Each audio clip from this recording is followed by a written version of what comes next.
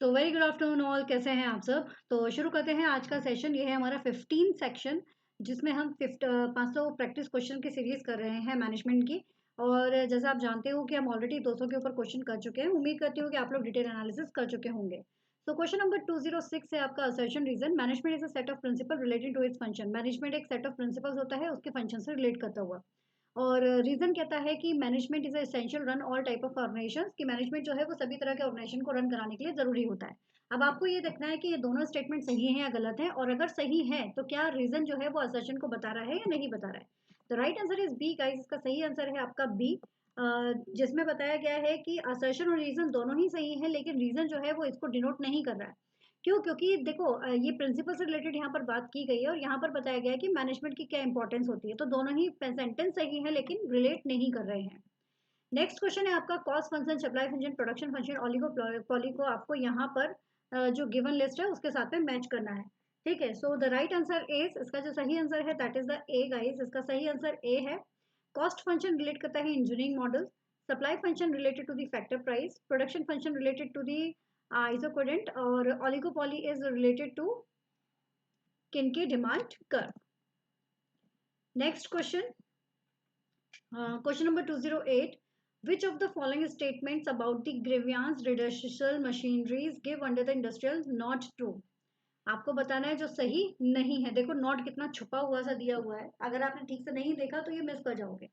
तो कौन सा स्टेटमेंट है जो ग्रीवियंस रिडर्सल मशीनरी को यहाँ पर के लिए नॉट ट्रू है, लाइक सही नहीं है, it's not true.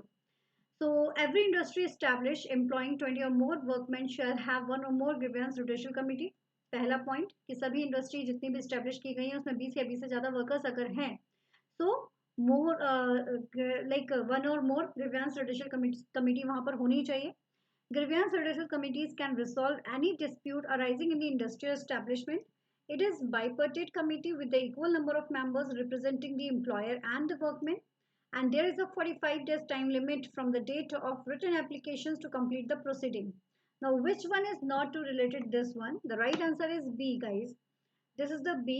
Grievance Judicial Committee can resolve any dispute arising in the industrial establishment. Industrial establishment में होने वाले किसी भी तरह के डिस्प्यूट को सही करने के लिए ग्रीवियंस जुडिशियल कमेटी को बनाया गया है।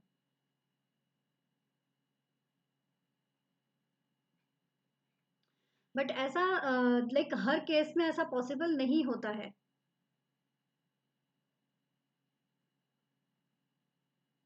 ना। तो कई जगहों पर आपको देखने को मिलेगा कि कई सारे डिस्प्यूट ऐसे होते हैं जो ग्रीवियंस जुडिशियल कमेटी जो है वो सॉल्व नहीं कर पाती है, फिर उसके बाद उसको नेक्स्ट लेवल पर भेजा जाता है।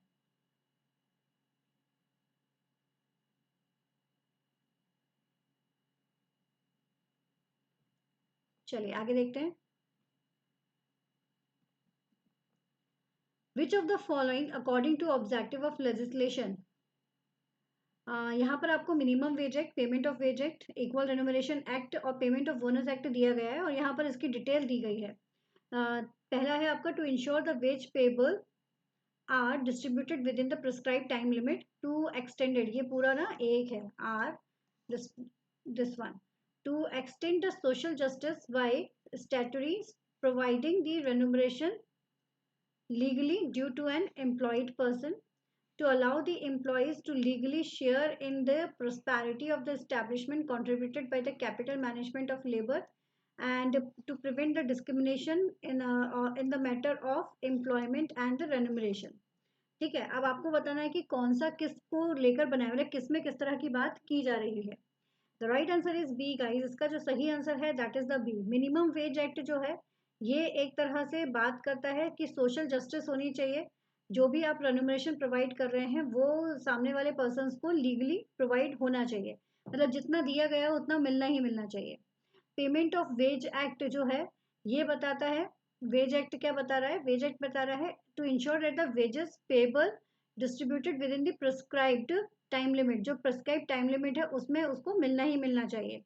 थर्ड है आपका इक्वल रेन्यूमरेशन एक्ट। तो इक्वल रेन्यूमरेशन एक्ट यहाँ पर डिस्क्रिमिनेशन को बचाता है कि जिसने लाइक इसका कहना क्या हो गया कि जितना जो एम्प्लॉयमेंट है उसके अकॉर्डिंग मतलब दो लोगों का अगर एक जैसा एम्प्लॉयमेंट है, एक जैसा एजुकेशन है, तो उसको सेम मिलना चाहिए, तो डिस्क्रिमिनेशन नहीं होना चाहिए। और पेमेंट ऑफ बोनस एक्ट क्या करता है, ये अलाउ करता है एम्प्लॉयज को legally share in the like prosperity establishment contributed by the capital management and labour. ठीक है, तो इस तरह से आपको ना सबके छोटे छोटे से मीनिंग जो है वो पता होने चाहिए। In which of the following approaches goodwill is considered as the important goal of level welfare work? देखो ये सारी जो दी गई है ना लेवल वेलफेयर की थ्योरीज है वो बहुत ज़्यादा इंपॉर्टेंट है। इन सबको अच्छे से पढ़ लेना, कई बार ये मैचिंग में भी आ जाते हैं आप लोगों को, है ना। अभी आपसे पूछा गया है कि गुडविल किस में कंसिडर किया गया है, the right answer is B guys, public relation theories में आपका जो है वो गुडविल जो है वो बताया गया है कि गुडविल के थ्रू पब्लिक रिलेशन ऑर्गेनाइजेशन जो है वो क्रिएट करता है। नेक्स्ट है आपका new landmark, New Lanark, New Lanark experiment is associated with, New Lanark experiment किससे रिलेटेड है, human relation at work place, networking organisations, welfare movement in industries या behavioural theory. The right answer is C guys, ये है आपका welfare movement in industry से related. Next, the employ welfare facilities available outside the organisations are called, जो outside है उसको क्या कहा जाएगा, बहुत ही सिंपल सा है, that is extra actually employ welfare facilities available outside the organisation is called the extra mural activities कहा जाता है इसे। एक्स्ट्रा म्यूरल फैसिलिटीज जो हैं वो उन्हें कहा जाता है। इंट्रा और एक्स्ट्रा दो होते हैं, ये इसमें जो आंसर दिया गया है वो गलत है ना। इसको क्या कहा जाता है, एक्स्ट्रा म्यूरल वेलफेयर फैसिलिटीज। ठीक है, this is not the right one, B is the right. Next है talent management is a process involve, talent management की जो प्रोसेस होती है वो इन्वॉल्व होती है किस चीज में, अट्रैक्टिंग और retaining high quality employees, developing their skills, या फिर continuously motivating them to improve their performance, या ऑल दी अबव। वैसे देख के क्या लगता है। अच्छा एक चीज और है, टैलेंट मैनेजमेंट क्या होता है, एक बार ना इसकी डेफिनेशन दी गई थी और नीचे आपको काफी सारे चीजें दी गई थी और आपसे पूछा गया था like human resource management, personal management, talent management, ऐसे करके चार ऑप्शंस दिए गए थे। पूछा गया था कि बताइए कि टैलेंट मैनेजमेंट की डेफिनेशन है या नहीं है। और वो डेफिनेशन आप देखोगे, देखने में लग रहा था कि जैसे कि ह्यूमन रिसोर्स मैनेजमेंट की डेफिनेशन हो, but it's related to the talent management. क्यों, क्योंकि उसमें कुछ टर्म्स ऐसे थे जो टैलेंट मैनेजमेंट को नोट कर रहे थे। ठीक है, तो इसलिए डेफिनेशन जरूर पढ़ लेना, वो भी इंपॉर्टेंट है। ठीक है, so the right answer is D guys, इसका सही आंसर है डी, क्योंकि टैलेंट मैनेजमेंट है ही है इन सभी में इन्वॉल्व। नेक्स्ट क्वेश्चन है आपका, कंपोनेंट्स दिए गए हैं होलिस्टिक मार्केटिंग के और यहाँ पर आपके की कंस्टिट्यूट दिए गए हैं, कंस्टिट्यूएंट और डायमेंशंस यहाँ पर दिए गए हैं। तो internal marketing, performance marketing, integrated marketing और रिलेशंस मार्केटिंग यहाँ पर आपको गिवन है। आपको बताना है कि कौन सा किसके साथ में रिलेट करता है। ठीक है, और हमेशा से मैं कहती हूँ आपका तरीका क्या होना चाहिए, पहले आप लोग क्वेश्चंस को देखेंगे, पॉज करेंगे, आंसर लिखेंगे, उसके बाद फिर आप आंसर देखेंगे। ठीक है ना, कि आप सही हैं या गलत है, उसी के बेस पर पता चलेगा। तो राइट आंसर इज वन। देखो इंटरनल मार्केटिंग क्या होती है, मार्केटिंग डिपार्टमेंट जितने भी बटे हुए हैं मार्केटिंग के अंदर, जैसे कि कोई है जो ब्रांडिंग कर रहा है, कोई है पोजिशनिंग देख रहा है, कोई पैकेजिंग देख रहा है, that kind of. Performance marketing का क्या मतलब हो गया, परफॉर्मेंस यानी कि ब्रांड और कस्टमर्स इक्विटी। इंटीग्रेटिंग मार्केटिंग यानी कि इंटरनली जो आप जुड़ रहे हैं वो कैसे जुड़ रहे हैं, कम्युनिकेशंस के। और रिलेशनशिप मार्केटिंग आपका किसके साथ है, रिलेशनशिप आपकी कौन बनाता है, दैट इज स्टेक होल्डर। तो इस तरह से आप मीनिंग को समझ के आंसर्स निकाल सकते हैं।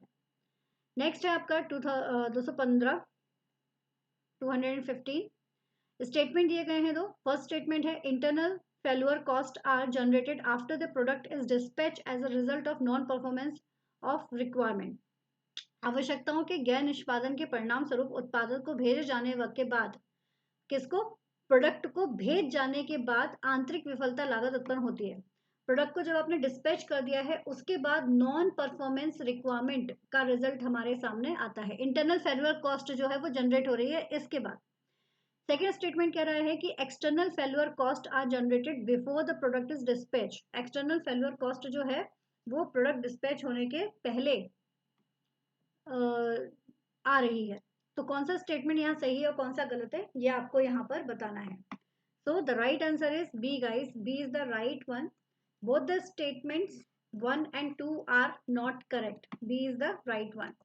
क्यों, क्योंकि सीधी सी बात है, इंटरनल फेल्यूर देखो इंटरनल फेल्यूर प्रोडक्ट को डिस्पैच करने के बाद बता रहे हैं, है ना, उल्टा बोल दिया। और एक्सटर्नल फेल्यूर कब कह रहे हैं कि बिफोर द प्रोडक्ट डिस्पैच। तो ये इसलिए दोनों ही स्टेटमेंट गलत है, समझ गए ना। बाद में कह रहे हैं कि बाद का जो है वो इंटरनल होगा और पहले का जो है वो एक्सटर्नल होगा, तो दैट इज नॉट ट्रू ना। ये घर है, घर के बाहर जाके आपको इंटरनल इंजरीज पता चलती है या इंटरनल को प्रॉब्लम्स आपको पता चल रही है, और घर के अंदर आपको आके आपको एक्सटर्नल प्रॉब्लम्स पता चल रही है, तो हाउ इट्स पॉसिबल, ये पॉसिबल नहीं है। नेक्स्ट है दो statements again related to the marketing channel members. Statement 1, channel members do not gather information about the potential and the current customers, competitors and the other actors and forces of marketing environment. Channel members जो हैं वो gather नहीं करते हैं किसी भी तरह की information related to the customers, competitors and other factors related to the marketing environment. Second statement कह रहा है कि channel members acquire to fund to finance inventories at the different levels in the marketing channel. Channel members acquire the fund to finance inventories. ठीक है, channel members को fund required होता है in like inventories के लिए different levels of marketing channel पर। Now which one is the correct and which one is the wrong? The right answer is 4 guys. The first one is incorrect but the statement 2 is the correct one. अब ये जो statement है इसको गलत किसने बना दिया है? ये कि भाई चैनल मेंबर्स को कोई भी इंफॉर्मेशन गैदर नहीं करनी पड़ती है। भाई बिना गैदर इंफॉर्मेशन के कैसे आप आगे की प्लानिंग कर पाओगे? तो इसलिए स्टेटमेंट 1 जो है वो क्या है आपका गलत है, statement 2 is the right. Now the next one is selection is the process in which candidates for the employments are divided into the two classes, those who are to be offered employment and those who are not. अब आपको बस इतना सा बताना है कि किसने दिया है। Right answer is A, this is given by the Dale Yoder. Next है other things being equal and increase in the income leads to decrease in demand. ठीक है, क्या बता रहे हैं? अदर थिंग्स जब इक्वल है, increase in demand, increase in income, income increase हो रही है टू डिक्रीज द डिमांड, और डिमांड जो है वो डिक्रीज हो रही है, तो वो कौन सा केस होगा? इनकम इंक्रीज हो रही है तो डिमांड डिक्रीज हो रही है, किसमें होगी? Superior good, inferior good, both A and B और none of these. The right answer is B, this is the inferior good. जो थोड़ा सा औसत वाला होता है या फिर कम कम क्वालिटी का जो होता है उसकी डिमांड जो है वो कम हो जाएगी, क्योंकि पैसा बढ़ेगा तो सामने वाला अच्छी क्वालिटी की तरफ मूव करता है। Next, a market structures which consist of one buyer and one seller is refers as a market structure which consists of one buyer and one seller is refers as। क्या कहेंगे इसे? जब यहाँ पर एक बायर और एक सेलर होगा, that is condition is called the bilateral monopoly. अब आपको ना इन सब के मीनिंग पता होना चाहिए। What is the meaning of monopoly, monopoly and duopoly? अच्छे से पढ़ लेना, इंपॉर्टेंट है। Next, a formal document of what the entrepreneur intend to do sell the enough of the firm's product or services to make a satisfactory profit is called। एक संतोषजनक लाभ कमाने के लिए उद्यमी फर्म के उत्पाद या सेवा को पर्याप्त रूप से बेचने के लिए क्या करना चाहता है, इसका एक औपचारिक दस्तावेज कहलाता है। वो जो जो भी वो काम करता है ना, तो उसके लिए वो एक प्लान तैयार कर रहा है बेसिकली। तो वो कौन सा प्लान है? वो लॉन्ग रेंज प्लान होगा, स्ट्रेटेजिक प्लान होगा, बिजनेस प्लान होगा, या फिर इनमें से कोई नहीं? The right answer is C guys, this is the business plan. Business plan के बेसिस पर ही वो सारी चीजों को करता है। ओके, कोशिश करते हैं, एक दो क्वेश्चंस और कर लेते हैं। Indicate the correct code for the following type of decisions to be incorporated within the financial decision. कौन कौन से फाइनेंशियल डिसीजंस होंगे वो आपको बताना है। Investment decision, financial decision, pricing decision, profit distribution decision. Financial decision कौन से हैं? The right answer is C, C is the right one. Finance से रिलेटेड कौन सा आपका? Investment, financing and profit distribution, क्योंकि प्राइस डिसीजन बेसिकली मार्केटिंग का part हो जाता है ना, तो बट फाइनेंस डिसीजन इससे रिलेटेड होंगे। नेक्स्ट क्वेश्चन, असर्शन रीजन दिया गया है आपको। असर्शन कह रहा है कि investor in capital market now have the higher inclinations for investment in debentures. ठीक है, पूंजी बाजार में इन्वेंटर का अब डिवेंचर में निवेश के लिए उच्च झुकाव है। Debenture have active secondary market now, क्योंकि यहाँ पर क्या है, अब एक्टिव सेकेंडरी मार्केट है। तो विच वन इज करेक्ट, ये आपसे पूछा गया है। मतलब आपको बताना है कौन सा सही है। The right answer is A guys, statements भी सही है और आर जो है वो इसको सही तरह से एक्सप्लेन भी कर रहा है।